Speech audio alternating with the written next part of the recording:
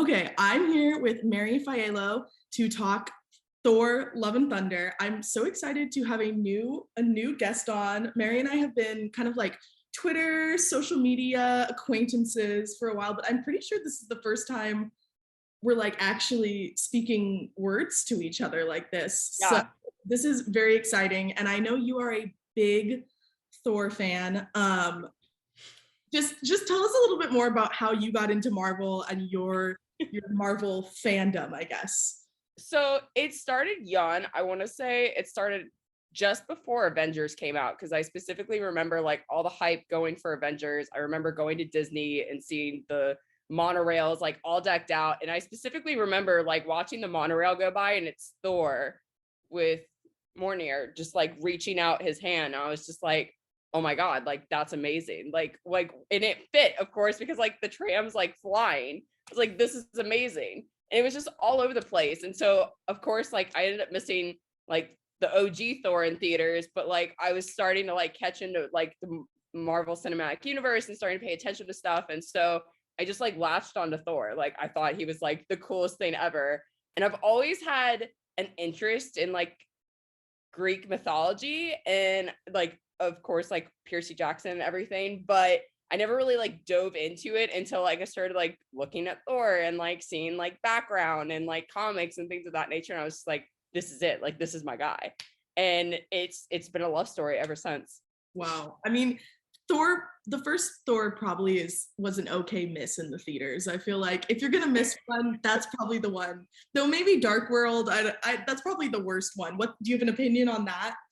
So it's really interesting because like there's the meme going around of like this like full color splatter on like the dining room table and then the black and white version and everyone like is of course like using like of course Thor Love and Thunder for that meme and I'm like really it's like the Thor franchise, like the first and second movie is definitely the black and white because it's so stiff and just like I don't know, to the point, whereas obviously you have Ragnarok and then you have Love and Thunder and it's just like this burst of color because it's just a completely different tone, which is totally fine. Like I actually love that there's that disparity, so to speak, in the franchise because I think it gives it some additional taste that some of the other like parts of the Marvel Cinematic Universe lack.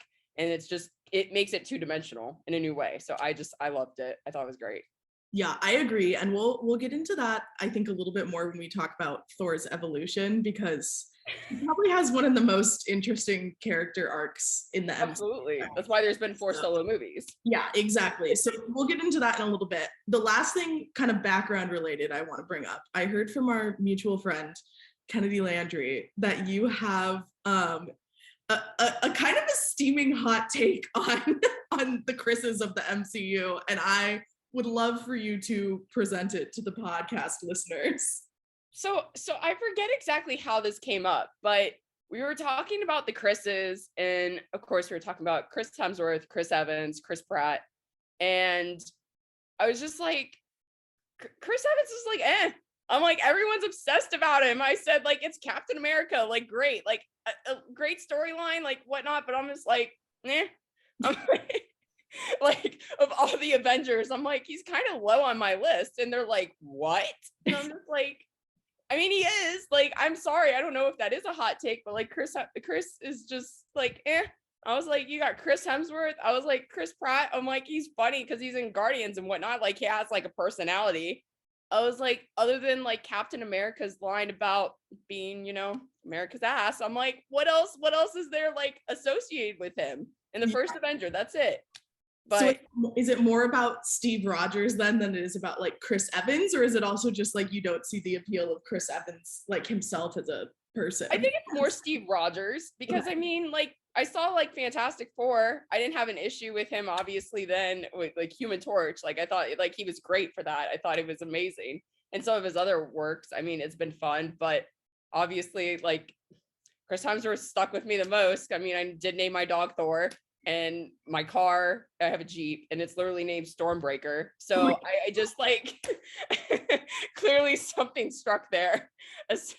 So it's just, I don't know. I guess my lack of love for Chris Evans is a hot take, but it's okay. We all like who we like. I mean, I'm like the same way with like Spider-Man, Peter Parker, like I latched onto him, and I don't really know why, but that's just who I picked, and that's who I'm gonna rock with for the Which rest. is a great one to obviously be upset. Tom Holland, like, been amazing as I've said this from the beginning. He's the best Spider-Man they've ever casted. Yes, without question. 100%. We could talk for hours about that, but we do need to talk about Thor, which we're also probably going to talk for like an hour about. But let's start just kind of really broad, really basic. Like, what was your general reaction to the movie? Like, how'd you feel leaving the theater? So I blocked everything. Like, I muted every word on Twitter, like every word, every hashtag, anything I could think of that could possibly be associated with this movie. And I was not spoiled. So clearly did the due diligence there. And so I was incredibly surprised with a lot of the aspects of the movie. I know that some people were just walking out of the theater being like, it was okay, but I thought it was great. Like, I thought it was a perfect mix of the super serious tone we've seen Thor movies have and the super humorous tone that we've seen the more recent movie have. Obviously the Ragnarok. So I was pleased with how they kind of came together, especially since we're bringing back Jane Foster for the first time since Dark World. So I'm not sure how else you really would have handled that balance, so to speak. And there are a lot of good parts of it. There were a lot of good cameos. Like, I thought it all came together really, really well. So yeah, I liked it. I think it's like grown on me in the couple days since I've seen it, which doesn't usually happen. Like, usually I'm the reverse, where I like come out of it feeling like super high. I'm like, let's go, like that was the best Marvel movie ever, like I love it. And then I'll like listen to things and read things and be like, oh, maybe not. But I feel like it's been the reverse with this, where I like came out and I liked it and I thought it was good, but I was like feeling a little unsure about it. And the more I've heard people talk about it and the people who have really loved it like express why they loved it, I feel like it's growing on me. So I'm gonna need to go watch it again, which I was planning on doing anyway, because you can't see it one time. no. The only Marvel movie I think at this point I've seen just once, if I got to see it in theaters at all, was Multiverse of Madness, because I have a lot of We're getting to that. We'll get to that. so whatever. we will get to that, trust me.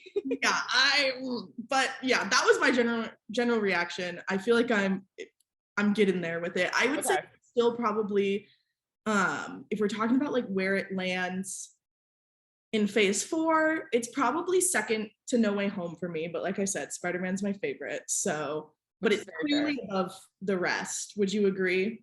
Oh, absolutely. Absolutely. Yeah. And then I think ultimate, like all the MCU rankings, I think when I put it in my Letterboxd, it was around like 10 or 11. So it's like definitely like top tier Marvel. I think that's completely fair. Like, yeah.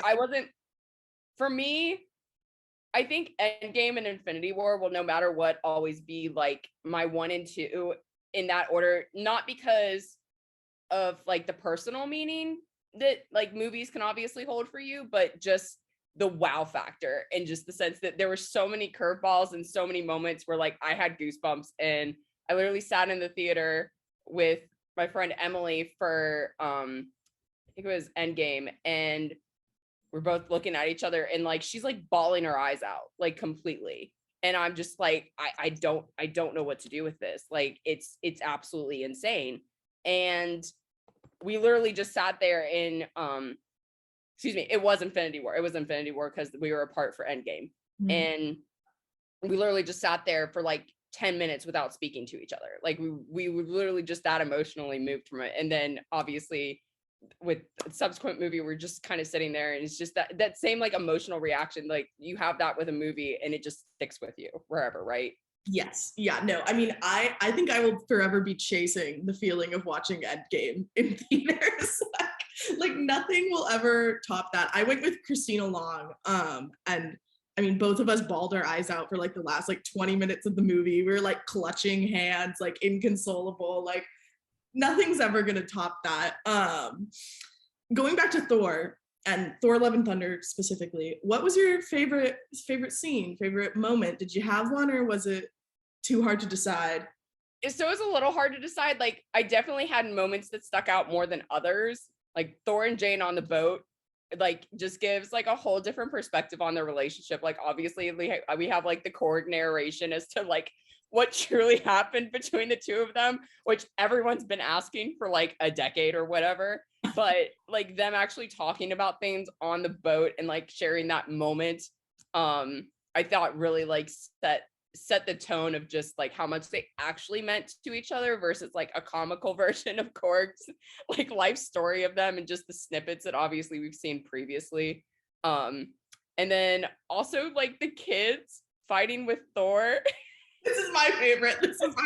I'm like all the Asgardian kids like fighting with him, and just like the little kid stuffed animal turning into this like death ray thing. I'm like, this is incredible. Like literally like every kid's dream is to slay down their villain and like be so powerful and be a superhero, and they got to be that. I'm just like, this is incredible. And then all the musical cues, like how this movie did not miss the assignment. And coming off of Stranger Things, I'm like, you literally just you made the movie and the soundtrack in itself, like it was incredible. What were your thoughts on that?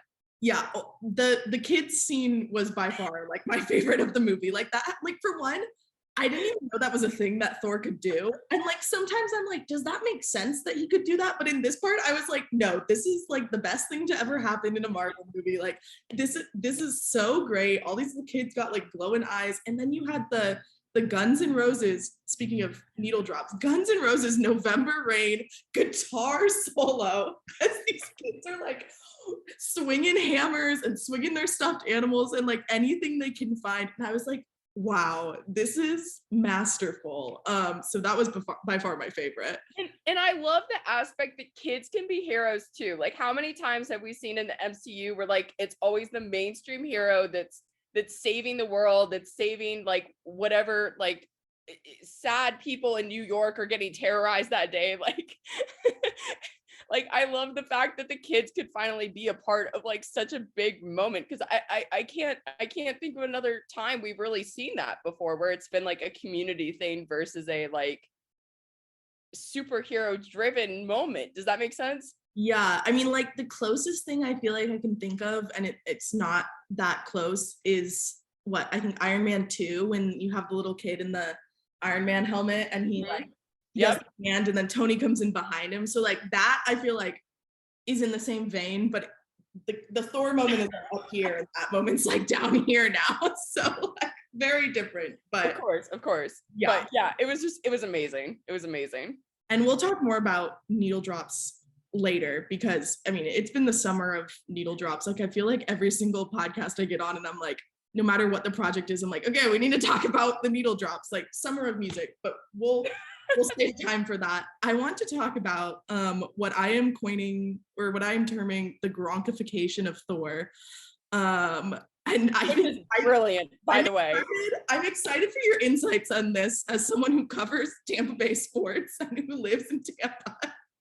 But I came like with the entire movie, I was like, they are really leaning into Thor being a himbo. And I'm like, he's not, like, I don't know. I think I was trying to think back and I was like, okay, in the first movie, he's a little dumb, but that's because he's on a planet that he's never been to before. Like he doesn't know human etiquette. He doesn't know Earth etiquette. He smashes the cup on the ground and says more or whatever. Yeah. And I'm like, so that's believable.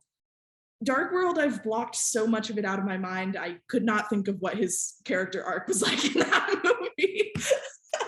And then like Ragnarok, I don't feel like he's dumb. He's just goofy. Whereas this movie, I felt like they made him a little bit of an airhead. And I was like, I don't know if I'm totally on board with this. Like he was funny.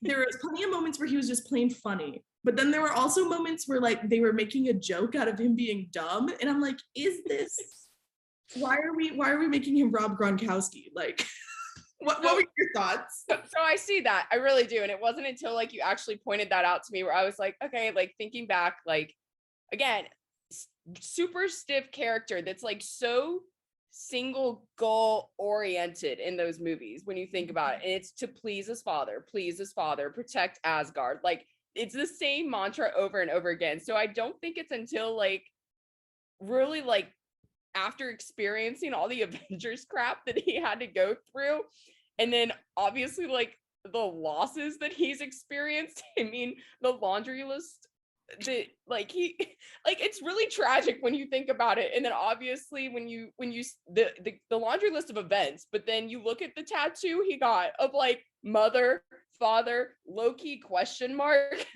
Heimdall, and Natasha and Tony, and I'm like, the man's been through a lot. And I'm like, I think the goal with this movie was exposing the fact that he hasn't grieved. Like he hasn't grieved properly, and he also just doesn't understand his own emotions right now. Like he doesn't have closure with Jane. Clearly, that still bothers him. Like 8 years, however many months and however many days that he was keeping track of. I was like, okay, clearly this man has like gone through a lot. And I think that this movie was more just him figuring out like how to close those emotional loops than it was like creating a himbo, so to speak, because he just like when it comes to battle and stuff, like he's right there, but I think internally and emotionally he's never been one to really explore that. So yes, like that scene with Chris where he's like, your Jane is like waiting for you, like you need to figure this out, and then obviously he does. I think that in itself like opens a new door to Thor's personality, like we just truly haven't seen yet. Yeah, I think that's a good point and a good way of framing it, because obviously, yeah, so much of this movie is about his like identity crisis that he's clearly having and like trying to cope with trauma. I think like if they had done a little bit more of like that boat scene with Jane, where like just a couple more of those like super emotional moments, it could have felt more even to me. But it was like there was that moment, and then there's a moment when she's dying, which of course is going to be emotional, but like let's get some like emotions outside of his relationship with Jane, because there's like other things, and like right now we've just seen him like super depressed and super funny, like super in Endgame, and now he's like super hyper and whatever.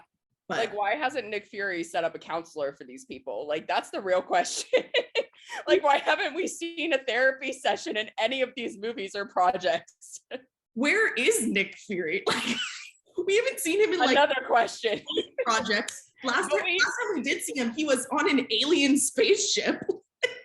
And we know that Thor has Nick Fury literally saved as Nick Fury on his phone, because God forbid he loses that sucker. Like anyone could just get a hold of that man. Like good Lord, I know that gets into like a whole other issue of, does Marvel know where it's going with the next few phases, which I don't know. Which is wildly concerning to me. But again, we're all these topics kind of like Star Wars. It has like no like vision in terms of what this looks like. That's what I was gonna say. I was like, as a big Star Wars fan who was super excited for the sequel movies, because I was like, wow, I'm old enough to be going to the movie theater for Star Wars movies. Like, I know what it's like to not have your story arc like planned out, ready to go, and that's what it's feeling like right now. It's not good. It's not good. But we digress. That's another conversation.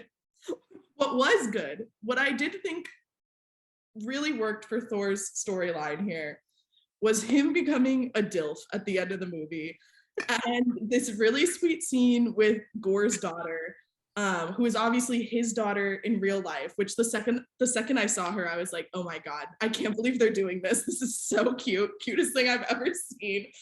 For like a split second, I was like, would he take on like a random child that was like the child of a villain that, and I was like, would he? But then like they had like set up earlier in the film that like he thought he wanted kids, so I was like, okay, yeah. I feel like you have some intense thoughts on this. So I really appreciate the fact that yes, this movie was about Thor, clearly, but it was also like Chris Hemsworth, because like his wife was a cameo, his daughter was a cameo, his freaking brother was a cameo. Like there were literally 3 people in his immediate family who did not make it, and it was his other 2 children and Liam, his other brother. Like it's just amazing to me how that panned out. But yeah, it's just I'm like losing my mind here, literally. But I'm at a loss. Just thinking about DILF Thor.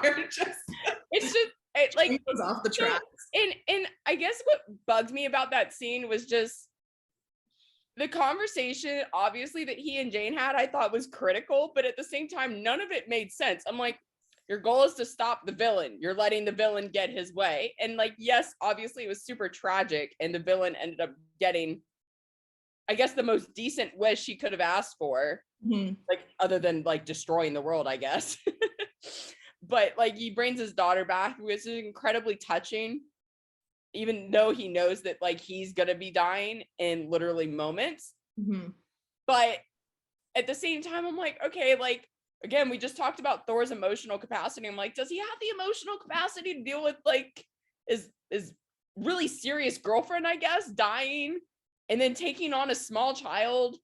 And then like the scene of him running out to war at the end, I'm like, okay, I like the upgrade that like they did on Mjolnir, and like obviously like the sparkle tassels coming out the end and the face on the hammer and like her own weapon, which, oh, by the way, like, why is she had Stormbreaker in her hand, right? I'm like, yeah, she's like 2 times her size. I'm like, I don't know if that works out weight wise, but that's another.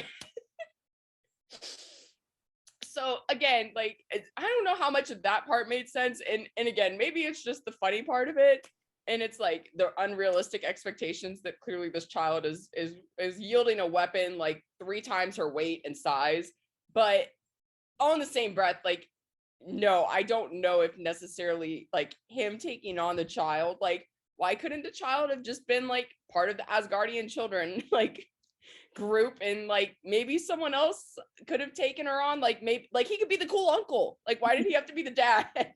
Yeah, he's a fun uncle type. I think that's a great point. I also was just like, and I think she calls him Uncle Thor. Yes, she does. She doesn't even call him dad, which I guess is correct, because he's not her dad and she knew her dad. It's not like she was so young to not know her dad.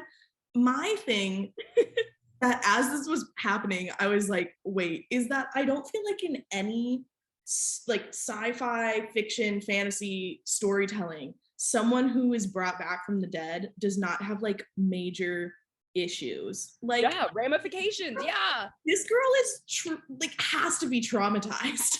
Like, she's already like a violent child, like, because she's going off to war. Her dad was a villain, and then they brought her back from the dead. Like, there is no way that doesn't have ramifications. Like, yeah, mentally, whatever. Like, so I don't know about that one. Like, does she come back in a future project? Like, do they just close that door because like that's just a fire you don't want to touch? Like, I don't know. Yeah. Like, is the whole next movie like Thor fighting with his daughter? Because okay, but she's also like right now is only 6, 7. Like, that's not, well, she might be a little older than that, maybe like 8, 9. But still, that's not like old enough to be fun for an entire movie, I feel like. Yeah. I don't even know what they do with this. Like the end, obviously the very end of the end, and I'm just sitting there like, huh, cool. Yeah. Where are we going?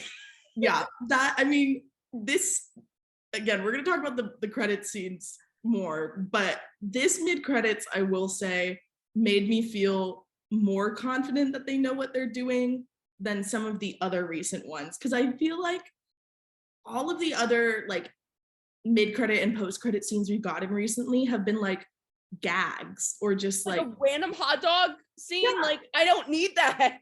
It used to be like one would always set up what was coming next and the other would be a gag. And like No Way Home, we got, I can't even remember what the first one is because I'm pretty sure it was something, it was Venom, which I guess kind of sets up, though does it, because I can never tell what's going on with Sony and Marvel. And then it was the Doctor Strange trailer, and I'm like, that doesn't count. Like, that doesn't count. It literally was a cheat. It was a cheat, is what it was. Exactly. And you were cheated.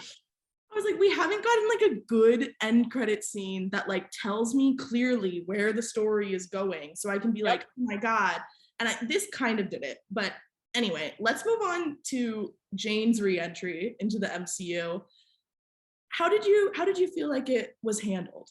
I had mixed feelings. I really did, because like I loved the fact that obviously like they were able to keep within the storyline of Natalie Portman like literally taking on Mighty Thor, and her coming back into the MCU, and just like aside from like her phone call line that she had in, what was it? She had like one phone call line in a previous project, but like her actually being on screen, I guess, being my point, and like being able to like take on this role again. And I don't necessarily understand why they thought it was necessary to kill her off the way they did. Like it just shut the door. Like it did. Like maybe someone stuck their foot in so it's not completely closed because of obviously the end credit scene there and future projects consideration, and maybe they go that route with it. But I'm just I loved what they did, I guess, overall with her character, and I wish she would have gotten a little bit more Mighty Thor specific scenes. Like I hated that when I went on Twitter after the movie, I saw that they cut out like her transformation scene. I was like, why would you do that? Like, why would you I need a theatrical release of like whatever, a no edit version of this movie. Like I need all the content.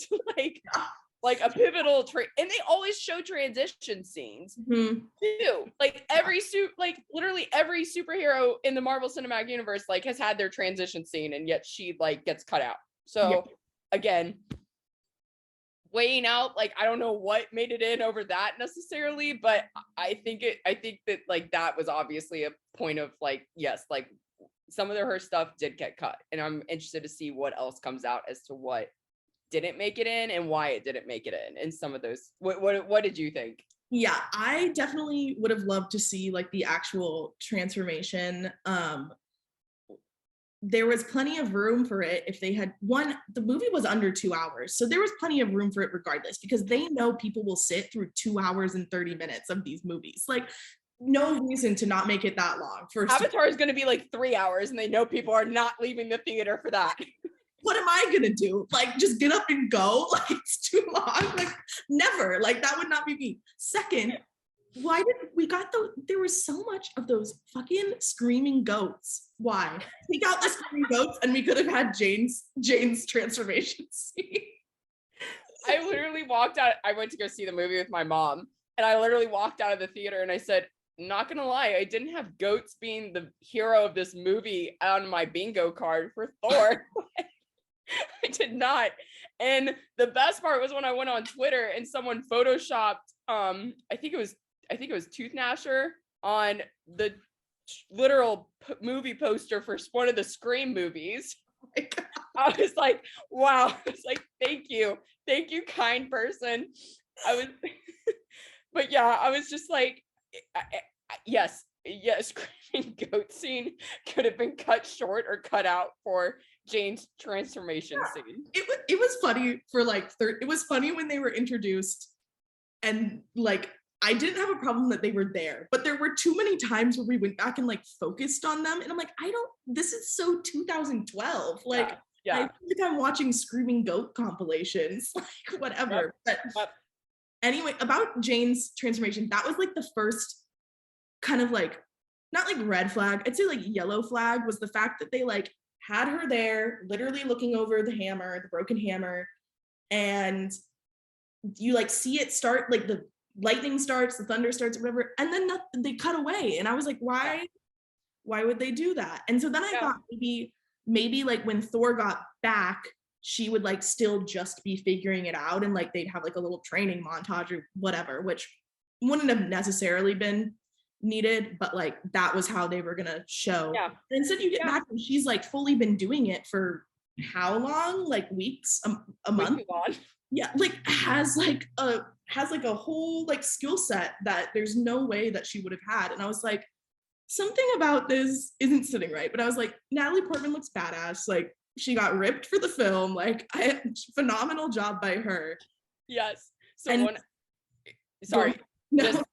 No, she got ripped for the film, and I forget if it was Kennedy that sent me this, or I think I actually got this twice. I think I got it from Kennedy, and then my other friend, they sent me an interview clip. It was Natalie in an interview, and she was talking about like how Chris Hemsworth eats meat like all the time, and like on their like kiss scene days, like he didn't eat meat because she's vegan. And I was just like, wow, what a cane, first of all. I was like, second of all, I was like, how is she vegan and like that ripped? Yeah. Like how? I want to know the secret. He has to be eating like so many like beans, like and like protein powders.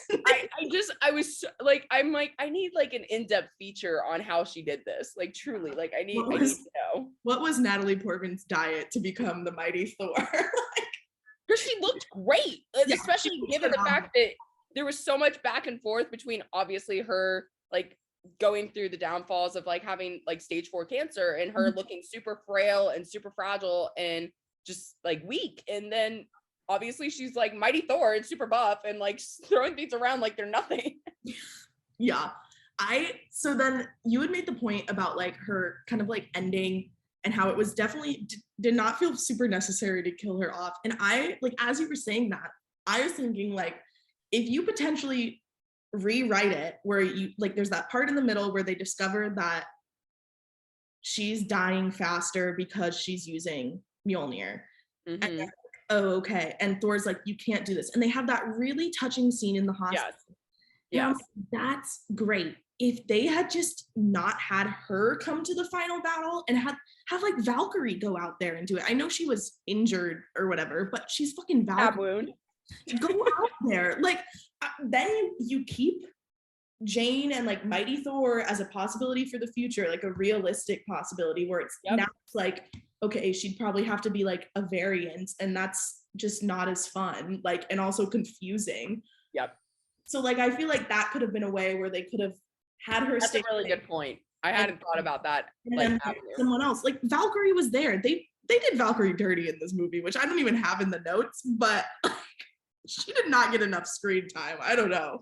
So given her previous screen time, I definitely felt she got more. Yes. Which I was so happy to see, because like literally one of my first takeaways from the movie was that like everyone needs a friend like Valkyrie, because she was perfect. Like she was the friend that Jane needed. She was the friend Thor needed. She was the friend Korg needed. Like she was everyone's friend. And I was just like, I loved that about her character. And I loved getting like the fact that we as an audience got to see more of that. But yes, I think that like she definitely needed a little bit more, but I was happy that she got more in general, period. Yeah, no, 100% agree on that. The last character we haven't really hit on besides Korg, which I mean, we can do you have anything to say about Korg? Korg was funny. Like, I don't know what else. Korg was funny, and if anything, I maybe think Korg got a little too much screen time. Yes, actually, I agree with that take. I love Korg, and Korg is great for like the narration scenes and other things that went with it, but I was just like, yeah. Like, if I had to give Jane more scenes, if I had to give Valkyrie more scenes versus like all the Korg content we got, like I definitely would have done that trade-off. Also, I feel like he wasn't overly useful in any scenario. Like thinking back on the movie, like I'm trying to think of like a single situation where he like did something that none of the rest of them could.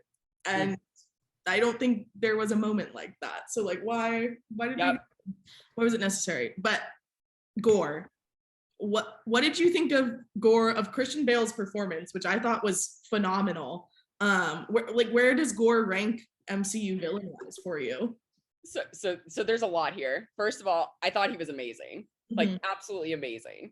And I thought that he got just enough screen time of just Gore versus like Gore obviously in an action scene or in like a montage scene with like Thor and them.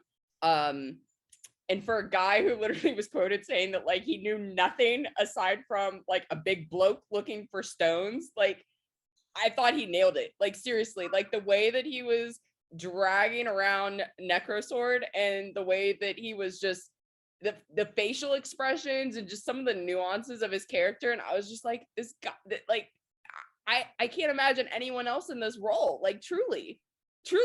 And as for like where he ranks, I mean, so Thanos will just always be number one. Like, it's going to be really hard to top the complexity of an evil character like Thanos with just like, I mean, just, he's on another level. Yeah. But Gore is easily like top 5 for me with guys like, I don't know, like Ultron and Caecilius. And then like you got Killmonger and Zemo and like some of those other like villains, but maybe they're not like the first to come to mind. I think Gore could easily be a guy that comes first to mind. I think it's just going to be whether the rest of the MCU kind of latches on to a character storyline versus like a mainstream storyline, obviously like Avengers was with like Thanos and Ultron. Like those were villains in like an overall spectrum versus like the like spin-offs, so to speak. Does that make sense? Yes. Yeah, no, I think that's a great point. And I mean, like, I would totally agree. Like, Thanos is obviously number one, and then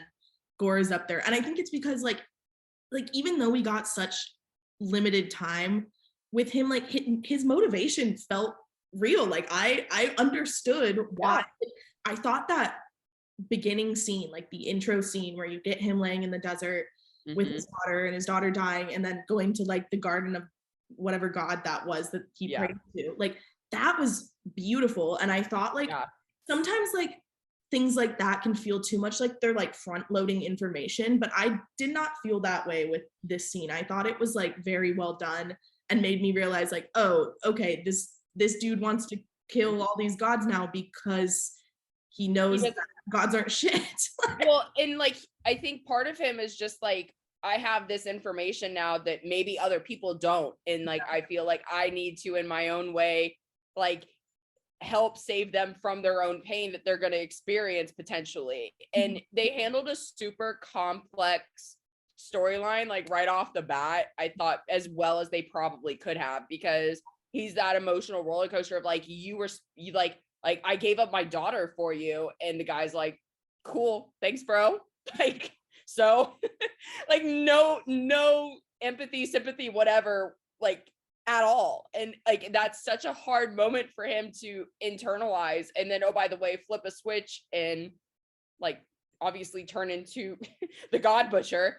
And I thought it was an incredible intro for just how much they had to show in such a short period of time without taking away from obviously the rest of the movie that we were about to go through.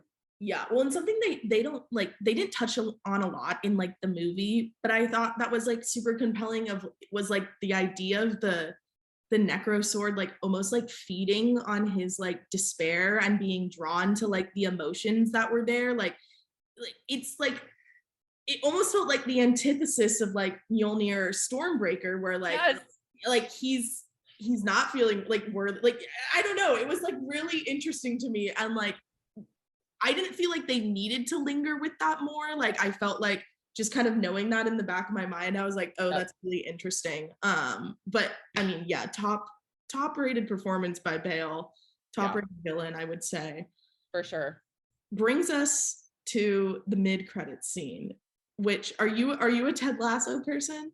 Of course. I figured you would be, but so side note, like I coached middle school volleyball this past fall, and it was right after like the second season, I literally wrote like be a goldfish on like notes to all my like players with like goldfish attached as their snack, because I was like, I don't know if they're watching Ted Lasso, like maybe they probably shouldn't because they're like 7th, like that's a personal decision, but like I felt like the message like is just amazing. Like how can you not love Ted Lasso?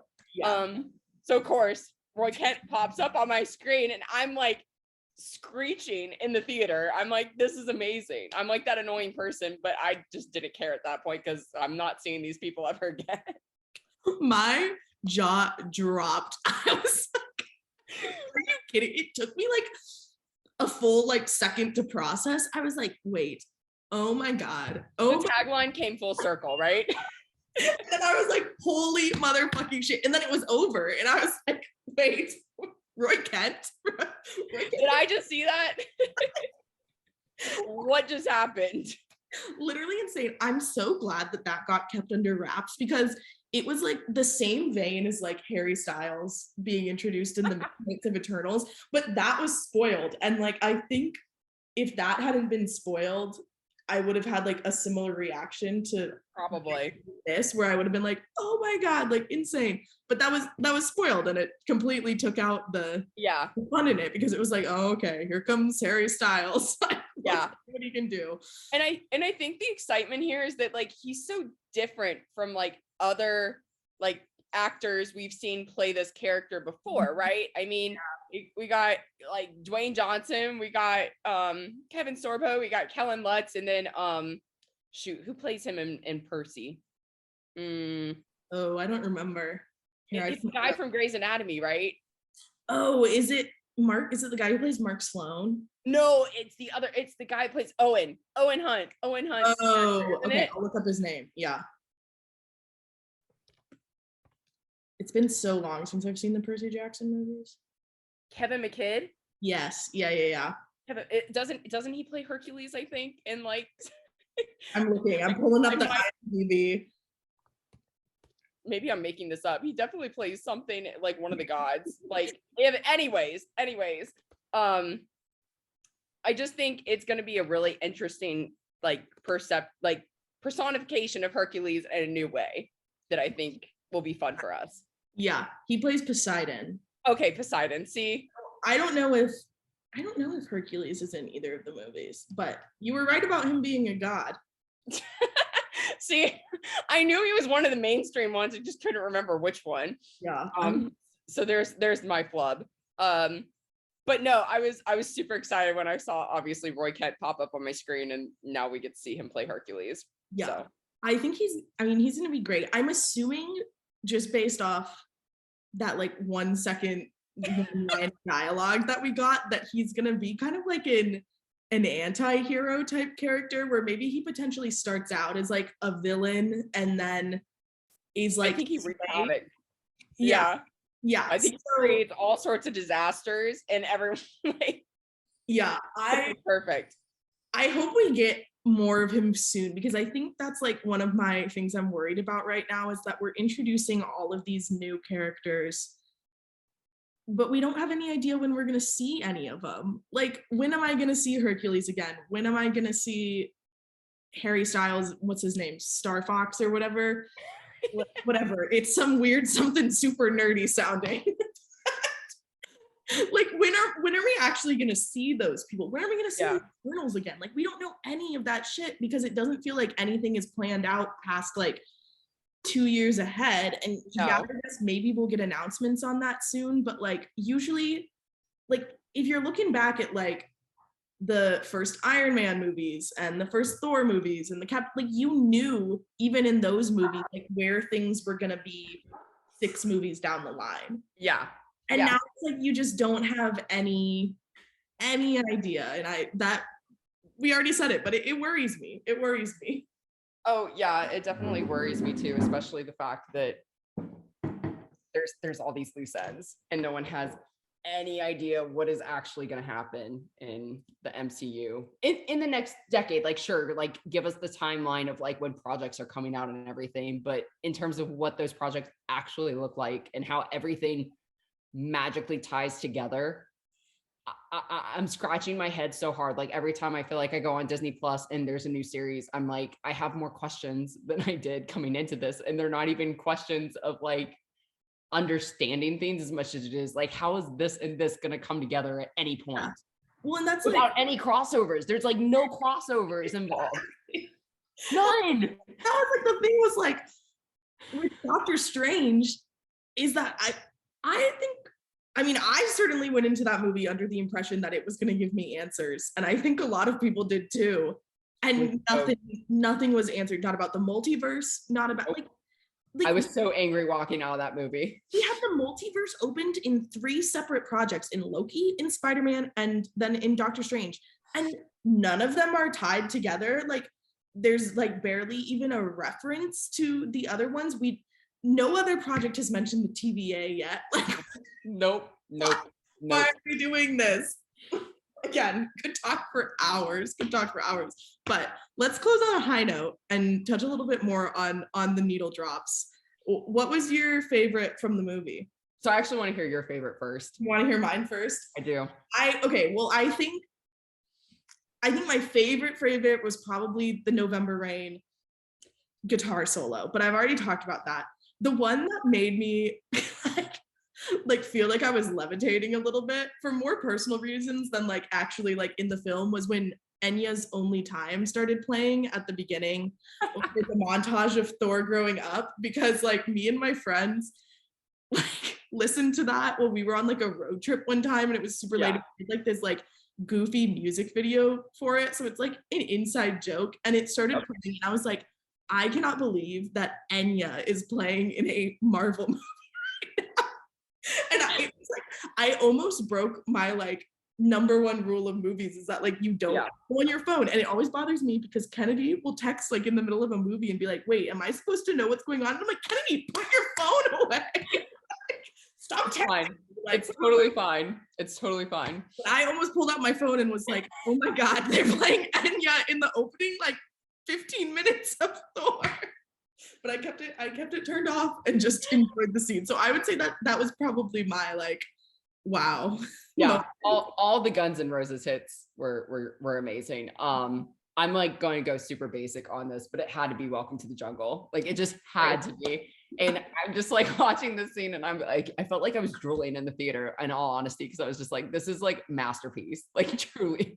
And it was just so Thor, because I'm like, here he is like just chilling. And then all of a sudden Stormbreaker like turns into a tree again. And I'm like, okay, like Groot in a new weird way, I guess. And then of course, like he hops on it like a broomstick, like hello, Harry Potter. And then we get right into the battle scene after he gives like his speeches, which don't make a lot of sense, which I feel like is where your himbo kind of comes in, because I'm like, he's talking in circles without saying very much, and like, oh, okay, like let's get to the action. And like that scene just delivered. Like as soon as it hit, I was just like, oh, this is amazing. I loved it. It was great. Fun, for sure. How do you feel like, I mean, I kind of said this earlier, but like this has been like the summer of needle drops. You got like Stranger Things, which obviously both parts had like some huge needle drops. Running Up That Hill, everyone's song on Spotify right now. I don't know if you watched The Summer I Turned Pretty, but that also had some phenomenal needle drops in it, more contemporary needle drops than this. But I really do feel like people are leaning into music. From what I've heard, The Boys has like really good needle drops in season 3. I haven't gotten there yet, but where are you feeling like, was this like, were these better needle drops than Stranger Things? Did you think they were used more effectively? Like, I think I would say Stranger Things is still topping the list right now for me. So, and that's the thing is like, with Stranger Things, obviously, like it's a completely different scenario just because it's kind of set in that time, right? So I mean, like it all just bleeds together so well, and especially the way that like they bring out hits, because obviously, like Running Up That Hill, like people knew about it, but it wasn't a fad until literally they put it in Stranger Things, and it's like the best chart performance it's ever had, essentially. So I don't think that. Like in the moment, I probably would have said like, oh yeah, it's like just as good as Stranger Things, but like having a little bit of time to marinate on things, I'm probably like, okay, maybe not as good, but definitely like within the same conversation of like, hey, summer of 2022, like you're thinking needle drops. Well, guess what? It's like Stranger Things and then like Thor, like really close to each other. You're listening to Running Up That Hill and then November Rain and then Paradise City and then Into the Jungle and then like Separate Ways by Journey is in there.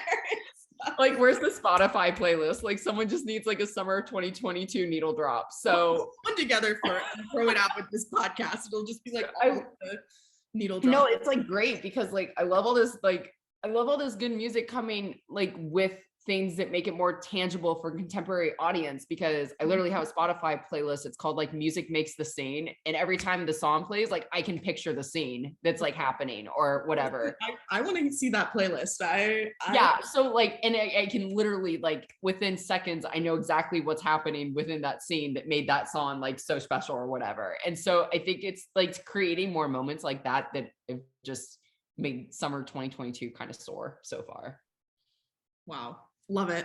Well, thank you for joining me, Mary. I really appreciate it. Phenomenal. The hour really flew by. But yeah, any final comments? That was Thor's personal cameo. I just wanted to make sure he got his voice heard. He really did. I mean, like he deserves his own cameo at this point. So I was happy he could have that. But thank you for having me on. I appreciate it so much. And anytime we want to talk about Thor, I'm right here. Awesome.